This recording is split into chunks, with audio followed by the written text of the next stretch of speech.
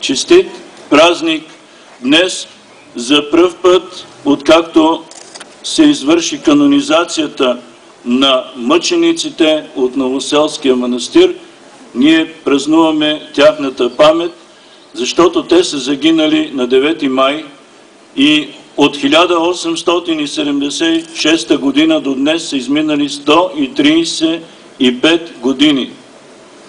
Нека ни бъде честит този празник. Трябва да ви кажа, ние скромно го празнуваме, но ще остане в историята това събитие, защото за пръв път в историята на Ловчанска епархия, а тя е една от най-древните в Българската православна църква, най-вероятно още първото българско царство е имало Ловчанска епархия, със сигурност тя вече е съществувала във второто българско царство. И през целия този огромен период от столетия за пръв път става канонизация на светци от нашата епархия. Това е голяма милост Божия. Още когато дойдох 2001 година, имах желанието да извършим канонизация, но то не е лесно.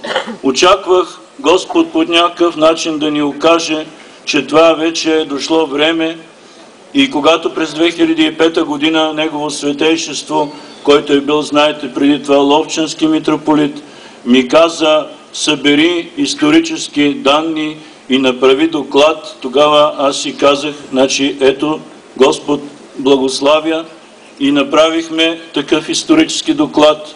Той 6 години лежа в архивите на Светия Синод, но дойде ден, когато това дело действително оживя и ние на 3 април тази година канонизирахме и нашите мъченици, и мъчениците от Батак. И така Българската православна църква доказа, че тя е автокефална църква, защото само независима автокефална църква има право да канонизира светии. И трябва да ви кажа, че аз нищо до последния момент не правих. Нито икона имахме, нито художник имахме, нито житие, нито служба, защото исках да знам, че действително Господ благославя. И за 1 месец това беше за мен чудо, защото и художника, който исках да направи, и който се справи блестящо, иконата е прекрасна, той е не само нарисувал, той е творец на тази икона.